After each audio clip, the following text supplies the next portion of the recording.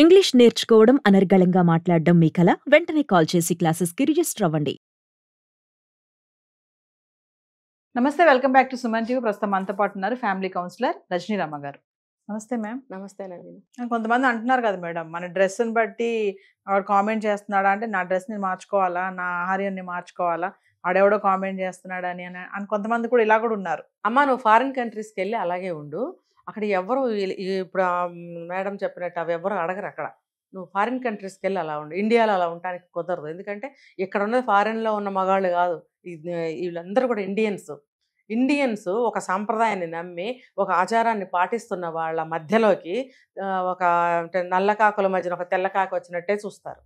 ఇప్పుడు అన్ని నల్లకాకులే, ఒక తెల్లకాకు వస్తే వింతగా చూస్తామా లేదా? చూస్తాం కదా. కొత్త రకం పక్షి ఏదైనా వస్తే ఎలా చూస్తాం మనం? అదేమన్నా కొంచెం భయంకరంగా ఉందంటే దాన్ని తరిమేయడానికి చూస్తాం. ఇది కూడా అంతే. మనకు నడుస్తున్న ఆచార సాంప్రదాయాల మధ్యలోకి కొత్త ఆచారం వస్తే అది జీర్ణించుకోలేరు, యాక్సెప్ట్ చేయలేరు. అది నువ్వెందుకు గ్రహించవు? నువ్వు ఇవాళ ఇష్టం వచ్చిన డ్రెస్ వేసుకున్నాను, నన్ను చూడండి యాక్సెప్ట్ చేయండి అంటే ఎవడు చేయడు. నువ్వు ఎక్కడ వేసుకోవాలో అక్కడికి వెళ్ళిపో. నిజంగానే వాళ్ళు ఎవరు చూడరు. ఒక మనిషి వైపు చూడటం అనేది ఫారిన్ కంట్రీస్లో చాలా తప్పు. ఇంకా కొంచెం ముందుకెళ్తే నేరం కూడా.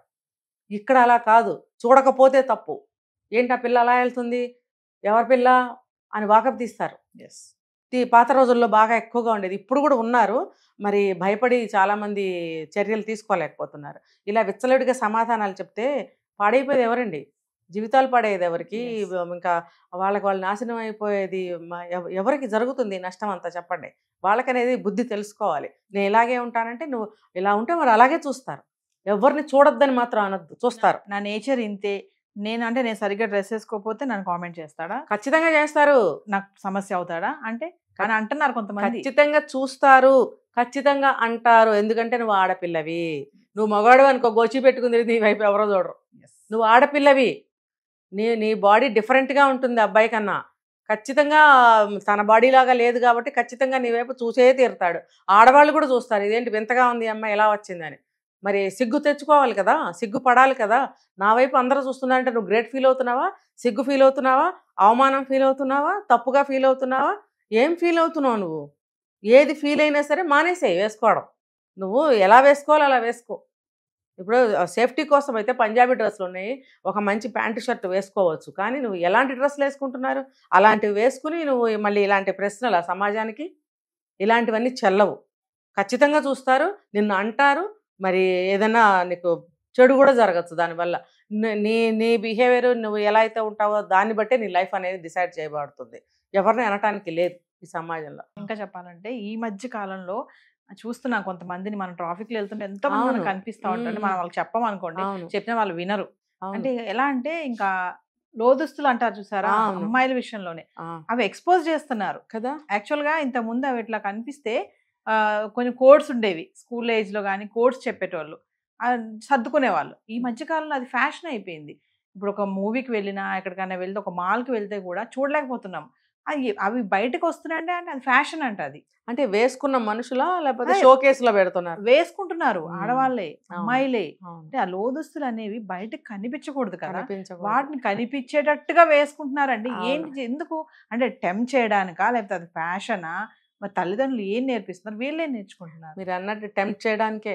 నన్ను చూడండి, ఇప్పుడు పెద్ద పెద్ద సెలబ్రిటీసే వేసుకుని రీల్స్ తీసి చూపిస్తున్నారు కదా. వయసులో కూడా పెద్దవాళ్ళు అయ్యండి, మరి 20-25 ఏళ్ళు కూడా కాదు వాళ్ళకి.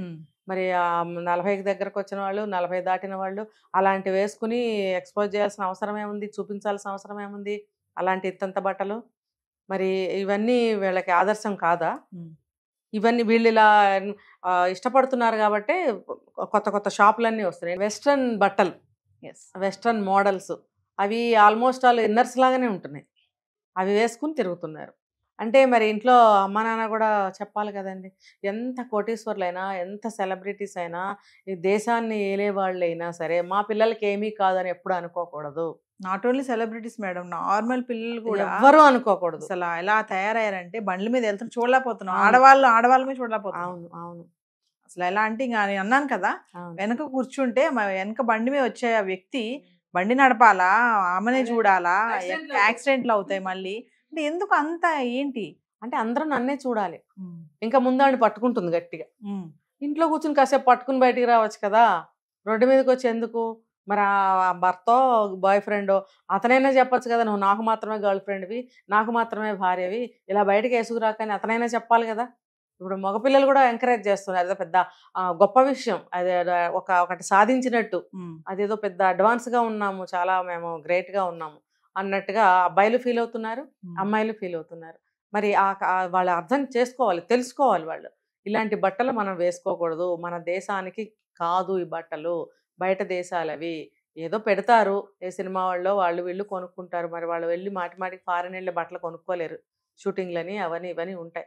మరి అది ఎవరు కొనుక్కోవాలో ఎవరు వేసుకోవాలో వాళ్ళే వేసుకోవాలి, వాళ్ళకి ప్రమాదాలు అంతగా ఉండవు కాబట్టి. మరి మామూలుగా మీరు అన్నట్టు స్కూటర్ మీద బయట తిరిగి అమ్మాయిలు వేసుకుంటే ప్రమాదాలు జరగవా? వెనక నుంచి మేము చూస్తుంటాం, వాళ్ళు ఎలా వెళ్తుంటే వెనక నుంచి కామెంట్స్ చేసేవాళ్ళని మేము చూస్తుంటాం. ఎందుకంటే ఒక జాకెట్ వేస్తారు, అంతే, ఆ జాకెట్ సరిగ్గా వేసుకోరు, అది ఇలా జారిపోయి ఉంటుంది, ఇక్కడ ఉన్నది లోపలే కనిపిస్తుంటాయి, లోపలే అన్ని కనిపిస్తా ఉంటాయి. అంటే ఎవరికి నువ్వు చూపిద్దాం అనుకుంటున్నావు? ఏంటి అసలు ఫ్యాషన్ పేరుతో తల్లిదండ్రులు ఏం చేస్తున్నారు? అదే నేను అంటుంది, ఫ్యాషన్ పేరుతో తన స్థితి ఏంటో తెలుసుకోవట్లేదు. ఇప్పుడు అవన్నీ వేసుకుని నడి రోడ్డులో జుట్టు విరబోసుకుని నువ్వు చేతులు రెండు ముందుబాడి మీద వేసి వెళ్తుంటే నీ స్థితి ఏంటి? అక్కడ నువ్వు ఏ స్థితిలో ఉన్నావు, ఎంత దిగజారిన స్థితిలో ఉన్నావు? నీ ముందు అబ్బాయి పరువు కూడా పోతోంది, అతను భర్త అవనివ్వండి, బాయ్ ఫ్రెండ్ అవనివ్వండి. ఇలాంటి డ్రెస్సులు వేసి తీసుకెళ్తున్నందుకు ఆ అబ్బాయిని అనాలా? మరి ఆ అబ్బాయితో నువ్వు జత కట్టిన తర్వాత కూడా నువ్వు ఇలాంటి బట్టలు వేసుకెళ్తున్నందుకు నిన్ననాలా? మరి ఏంటిది? ఇలాంటి వాళ్ళు ఇప్పుడే ఆ అమ్మాయిని ఏమనలేకపోతే పెళ్లి చేసుకున్న తర్వాత అసలు ఇంకేమనగలుగుతారు? నా ఇష్టం, నువ్వు ఇష్టపడి చేసుకున్నావు కదా అని మొదలవుతాయి గొడవలు. ఇప్పుడు కాదేది అనర్హం అన్నట్టు ఏ కారణం కూడా తగాదాకి కారణం అవుతూనే ఉంది. ఏ కారణం ఎటువంటిదైనా సరే తగాదాకి అది నాంది. ఆ గొడవలు చాలా దూరం వెళ్తాయి.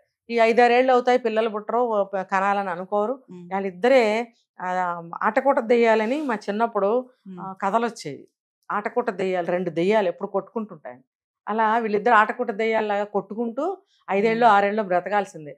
తర్వాత పుడితే పుడతారు, పుట్టకపోతే పుట్టరు, ఉంటే ఉంటారు, లేకపోతే డివోర్స్ తీసుకుంటే తీసుకుంటారు. అంతా దైవాధీనం అనమాట. తర్వాత అంటే తన స్థితిని తను ఎలా దిగజార్చుకుంటుంది అనేది ప్రతి అమ్మాయి తెలుసుకోవాలి. నిన్ను అంతమంది చూడటం ఏంటి? నువ్వు ఒక అబ్బాయిని ప్రేమించావు పవిత్రంగా, ఆ అబ్బాయితోనే తిరుగుతున్నావు ఇప్పుడు కూడా, స్కూటర్ ఎక్కి బండి ఎక్కి, నెక్స్ట్ ఇష్టపడితే పెళ్లి కూడా చేసుకుంటారు. అలా అంత పవిత్రంగా నువ్వు నీ జీవితాన్ని డిజైన్ చేసుకున్నప్పుడు నువ్వు ఎలా ఉండాలి? అసలు నిన్ను ఆ అబ్బాయే కదా చూడాలి. నువ్వు ఆ అబ్బాయి నీ వైపు చూసిన ప్రతి చూపు కూడా నిన్ను అభినందించేటట్టుగా ఉండాలనే కదా నువ్వు ఇలాంటి డ్రెస్ వేసుకున్నావు.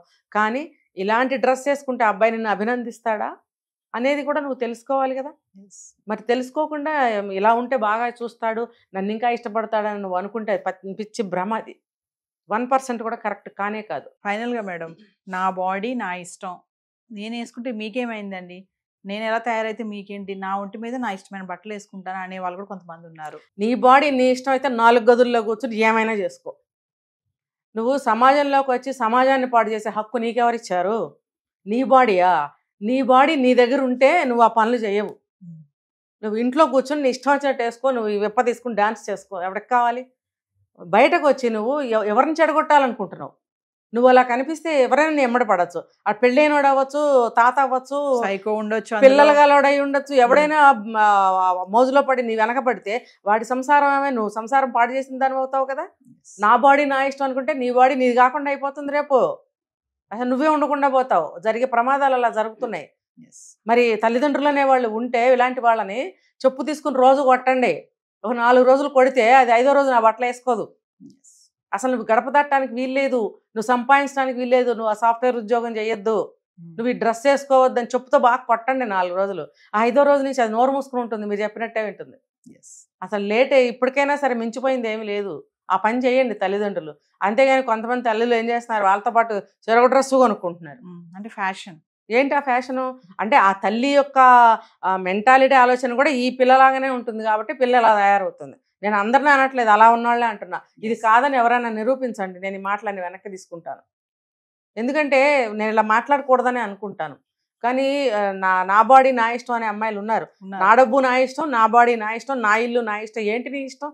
అది నీ వరకే అయితే ఎవరికి నష్టం లేదు. ఆ నష్టం ఎవరితో వాళ్ళకి కలిగిస్తున్నప్పుడు నీ ఇష్టం చెల్లదు ఇక్కడ. ఇది తెలుసుకోవాలి. నీ ఇష్టం నీ గదిలోకి చూసుకో, లేకపోతే మీ తల్లిదండ్రులు యాక్షన్ అన్న తీసుకోవాలి.